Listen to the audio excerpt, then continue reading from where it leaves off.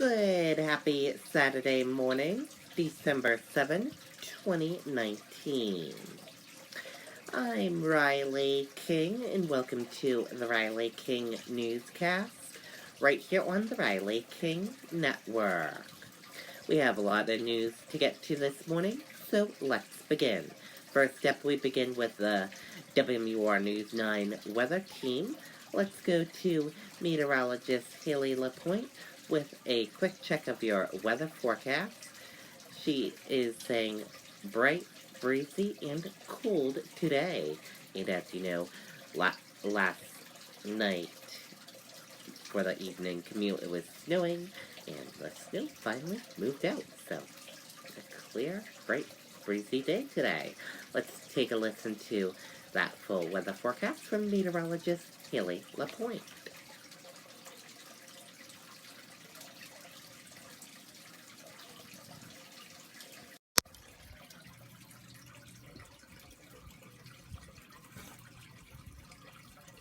We feel that if a customer wants their product and they're ambitious and they want to do it today, if we have it here in stock, we have the people, the trucking, and why put off till tomorrow what you can do today.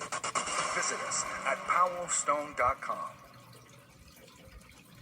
I'm meteorologist Haley LaPointe. Here's an update on your weekend forecast. Your Saturday, a chilly one with temperatures ranging from only about 20 in the North Country to the low 30s in Nashua and toward the seacoast. We'll have a lot of sun, some passing clouds midday, particularly in the North Country. Winds will be on the light side between maybe 5 to 15 miles per hour out of the northwest, but temperatures in the 20s, even with that little breeze kicking in. And it's going to feel chilly. Cold air mass on top of us now, but high pressure nearby. So that's going to mainly keep the skies clear. The snow you see to the west there, all lake effect snow that won't make it to us. As far as what to expect for your Saturday, sunshine, passing clouds, and there is the threat of a few snow showers in the North Country, in particular in the higher elevations. As the colder air meets up with the mountains, you get that snow development, but it's really only on top of the mountain peaks for the most part. And then overnight tonight, clear skies and light winds means a chilly start on your Sunday morning, single digits really across the state. Tomorrow, sun fades to clouds, a few light snow showers again in the North Country and in the mountains. And then as we get into Monday, a warmer air mass comes along with this next storm system, so it actually means rain for us. But initially on Monday morning, there could be some light mixing, particularly in the North Country, but that should change over relatively quickly in the afternoon and into the evening on Monday. Rain, and heavy rain at that. So that, along with melting snow, will likely cause some ponding on the roadways and could be some minor flooding in poor drainage areas, but not expecting any widespread problems with the rainfall. It continues into Tuesday, though, too, before finally colder air returns behind this system. Likely see a brief changeover to mix and snow early on Wednesday, but that's pretty short-lived as the system pulls away by midday on Wednesday. But look at these temperatures. Certainly cold now. We're in the 20s Saturday. Sunday, a little bit milder, but a huge surge in the temperatures by Monday and Tuesday when we go into the 40s, even 50s. But it's a very temporary thing. Back down into the 30s after that system moves through.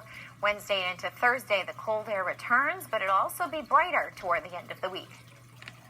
Okay, and there you go. That full weather forecast from meteorologist Haley LaPointe. Thank you for that weather forecast, Haley LaPointe. And warm temperature. Wow, that is cool. And now let's get to your news. First up, World War II. Pearl Harbor. Remembering Pearl Harbor.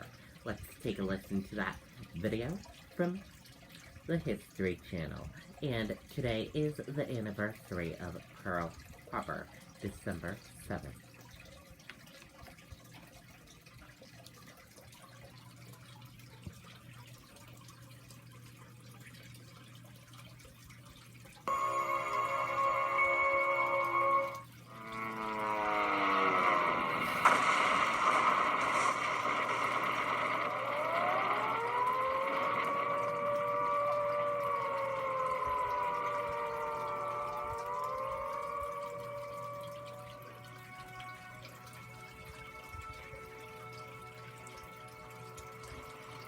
Yesterday, December 7th, 1941, a date which will live in infamy. The United States of America was suddenly and deliberately attacked by naval and air forces of the Empire of Japan. The facts of yesterday and today speak for themselves. With confidence in our armed forces, with the unbounding determination of our people, we will gain the inevitable triumph, so help us God.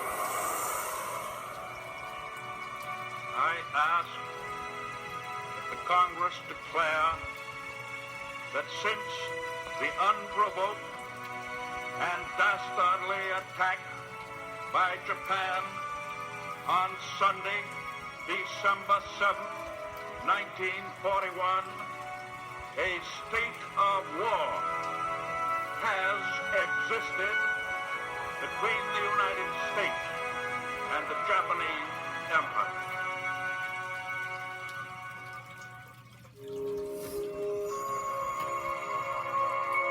Okay, and there you go. So, today, at some point, everyone, during your day, stop and remember Pearl Harbor.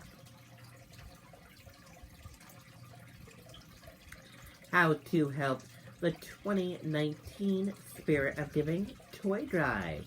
Yesterday was day 1 of the toy drive, and today is day 2 of the toy drive. Donate unwrapped toys, money, December 6th to the 8th. Online wish list available to help donors. Let's take a listen to the video from WMUR News 9.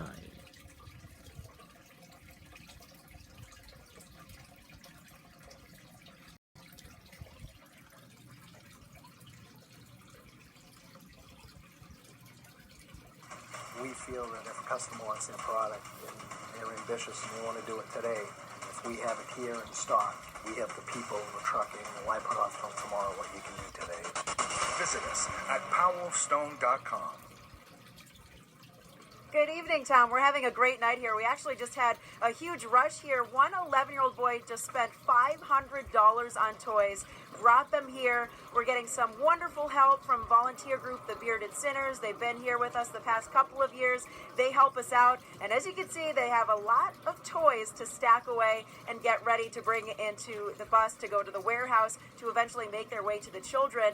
And we want to show you a very generous and fun donation that we had earlier this afternoon. Walmart had a friendly competition between several of their locations to see who could bring in the most toys. And as you can see, they brought in cart after cart. They filled their cars up. They filled boxes of toys for children. And of course, the winner in all of this is the children. They came down with a lot of their store managers and filled their cars with toys for Toys for Tots. So we're really excited to get even more participation this year. We believe strongly, obviously, in giving back to the community, so this is a great way for us to show it. The perfect way to show, and just imagining the kids who will be able to unwrap these toys, who may otherwise not have seen that many gifts under the tree this year. Simply incredible. There's still plenty of time to donate. We will be here at this location until 8 o'clock tonight. They will begin accepting more donations tomorrow morning, starting at 7 a.m. Live in Manchester, I'm Charisse LeClaire, WMUR News 9. Okay, there you go on that video and that report.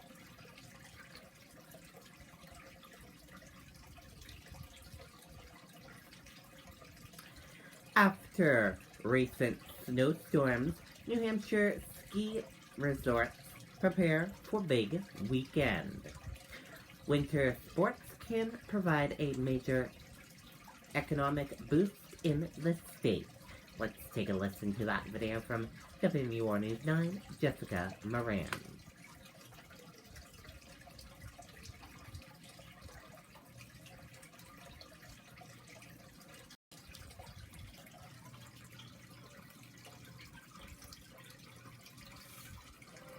Customers will call in or email in and just tell us that I was at the store, and from the beginning of the sale till the delivery, it was a great experience. And as a business owner, that's what we strive for. Visit us at powerofstone.com. Across New Hampshire, ski resorts are making last-minute preparations for what's expected to be a big ski weekend and possibly big season in the Granite State. What sort of ski season are you anticipating? Well, you know, we're farmers, snow farmers, so right now we're thinking it's going to be a great one. At McIntyre Ski Area in Manchester, ski resort staff met with tourism officials to kick off winter travel season.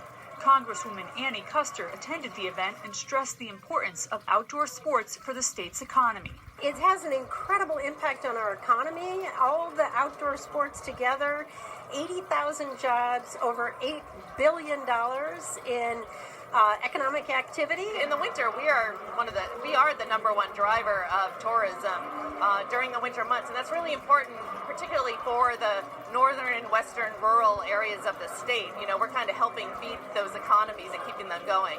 Ski New Hampshire says winter sports-related visits to the state were up last year compared to previous years. Taylor Caswell, the state's Commissioner of Business and Economic Affairs, tells us what to expect this season. Including skiing and all the other activities we have in New Hampshire, we're looking at a little over 1 million independent visitors coming to New Hampshire over that 3 or 4 month winter season, spending a little over $1 billion in the state. And next week there's expected to be some rain and a little bit of warmer weather, but everyone we spoke with say that they expect that to really be short-lived and they'll have everything groomed and ready to go for next weekend. In Manchester, Jessica Moran, WMUR News 9. They got a good base out there, that's for sure, Jess. Thanks. Tonight, an Exeter woman. Okay, and there you go on that video and that report. So, a busy day for ski resorts this weekend. Exeter woman raising money for pacemaker for service dog. Dog collapsed during recent walk. Needs pacemaker to live.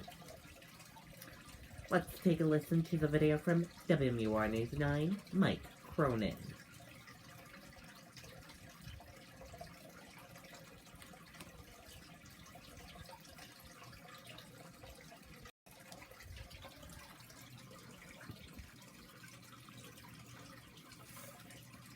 Landowners, it's time for special year-end savings from Mahindra, the world's #1 selling. Say hi. Say hi. It only takes a moment to see how much Julie Hannon loves her dog, Brandy. I can live without everything, I just cannot live without Brandy. The 10-year-old chocolate lab has been by her side all the time, ever since Hannon took a bad fall 7 years ago. They said that I would never walk. Mass General, Beth Israel, all of Boston. But she did, thanks to Brandy. Hannon says she's a certified service dog. She helps me with everything, walking, doctors, grocery stores. She just gives me the encouragement to get up and be able to move forward every day. Now it's Brandy who needs help. She recently collapsed during a walk in Exeter. Hannon shared with us the veterinary paperwork that says Brandy has heart problems and needs a pacemaker as soon as possible. Without it, Hannon says she'll die. She can barely walk to she just go from the apartment to outside. She has to sit down multiple times and rest. Brandy loves scratches. She loves to be pampered. She loves her lamb chop toys, too. And Hannon says she just couldn't imagine not doing whatever it takes to make her happy and healthy. Surgery will cost $6,000 to $8,000. Hannon says she can't afford it, so she's already raised more than $5,000 and set up a GoFundMe page for the rest. She's my best friend, my only family, and the best gift I have ever received. Hannon is not ready to let go. She hopes a pacemaker will give her a few more years with Brandy. In Exeter, Mike Cronin, WMUR News 9. Okay, and there you go on that video and that report.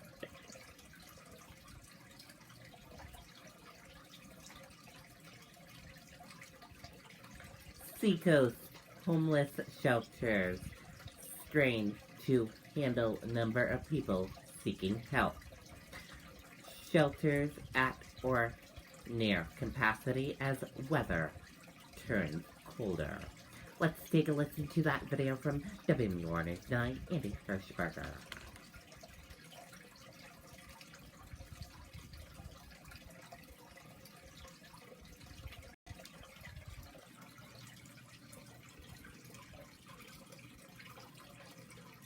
Chapel Tractor has been in our family since 1955, when great-grandfather Pearlie and our grandfather George decided to sell tractors out of their... Crossroads House in Portsmouth is one of the largest homeless shelters in the state. They have a capacity of 96 people. Thursday night, they counted 119. We are busy year-round. The storm situation just exacerbates our challenge in meeting the emergency shelter needs. Stone says between November of last year and June of 2019, they were at or over capacity 94% of the nights. And she says there are similar stories just about everywhere. Martha Stone says that last year, the average stay here at Crossroads House was 77 days. And one of the contributing factors to that is that the statewide rental housing vacancy rate is less than 1%. Susan Ford runs My Friend's Place in Dover. She says they're usually at their 28-person capacity, and sometimes there's overflow. The waits that used to be 3 to 5 months average stays are more like 6 to 9 months and longer, depending on the situation of the client. Tracy Hardenkopf says her shelter in Rochester always has a waiting list to get in, but they're seeing a change. We're seeing a lot of phone calls from our elderly population this year, which is something new. A lot of family units with school-aged children. Officials say while this is a tough time for shelters and people seeking help, the worst thing those in crisis can do is nothing, because their situation will only get worse. On the Seacoast, Andy Hirschberger, WMUR News 9. Okay, and there you go on that video and that report.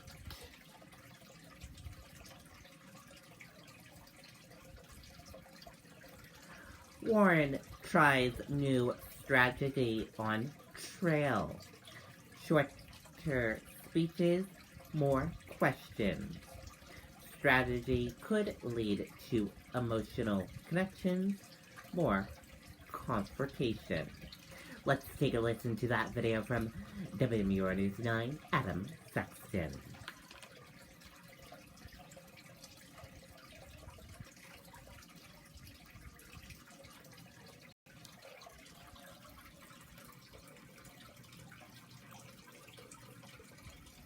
Chapel Tractor has been in our family since 1955, when great-grandfather Pearlie and our grandfather George decided... So what do I say to my Native American relatives regarding the confusion around the Native American ancestry issue? I shouldn't have done it. I am not a person of color. I am not a citizen of a tribe. And I have apologized. This could be a sign of things to come on the First in the Nation campaign trail for Elizabeth Warren. The senator is paring down her stump speech and adding time for more voter questions at some events. Do you think that's a benefit to your campaign? So I'm delighted to take as many questions as we have time for. Since January, the norm for Warren in New Hampshire has been about 3 to 6 voter questions following her stump speech. Adding more will give her a chance to show off her command of policy or connect emotionally. But it also opens the door to more adversarial questions, and it's been rare here for Warren to face direct challenges from voters. The disagreements can be gentle, like they were with a man who asked about monetary policy at a town hall in Exeter back in March. So I gotta say, I'm not sure we're in the same boat on this one. Or, in rare cases, the disagreements can be sharp. In April, Warren stared down a questioner in Concord who tried to argue the Roe v. Wade Supreme Court case was wrongly decided. She dismissed the premise and moved on to big cheers. But those moments are not always guaranteed to work out. Over the last 3 primary cycles, it seems like the trend has been toward more homogenous crowds, more in agreement with the candidate at these kinds of events. But New Hampshire's notorious contrarian streak still tends to show up right in time for the First in the Nation homestretch. Get them nervous.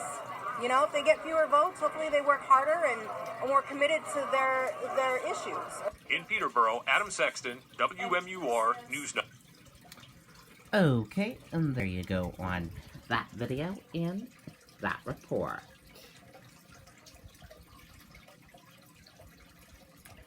And now let's take a look at your 2020 New Hampshire candidate tracker for today, December 7, 2019.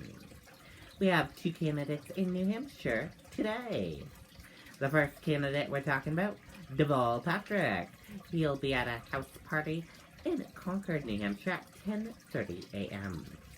The next candidate we're talking about, Elizabeth Warren. She has 2 events today in New Hampshire. Her first event, Community Conversation at the Governor's Inn in Rochester, New Hampshire at 11:15 a.m. And her second event, Town Hall at Rye Junior High School in Rye, New Hampshire at 3 p.m. And those are the 2 candidates that are in New Hampshire today. Dog rescued by U.S. Coast Guard. Let's take a listen to that video from ABC News.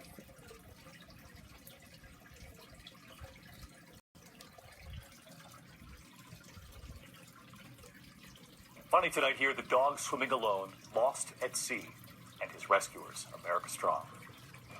The U.S. Coast Guard received word of a dog in desperate need of help. 200 yards off the beach in Fort Myers, Florida, the dog had gone missing. They feared he was swimming at sea. Come here, pup.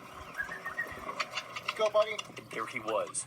Cash the dog had been swimming for about a half an hour. Come on, pup. He'd been paddling alone. His family feared he was out there with no one to help him. Members of the Coast Guard, their phone going off, but it could wait. They were there to save the dog. Soon, close enough to the boat, they reached down. They got him. Cash right there on top of the guardsman, shaking the water off.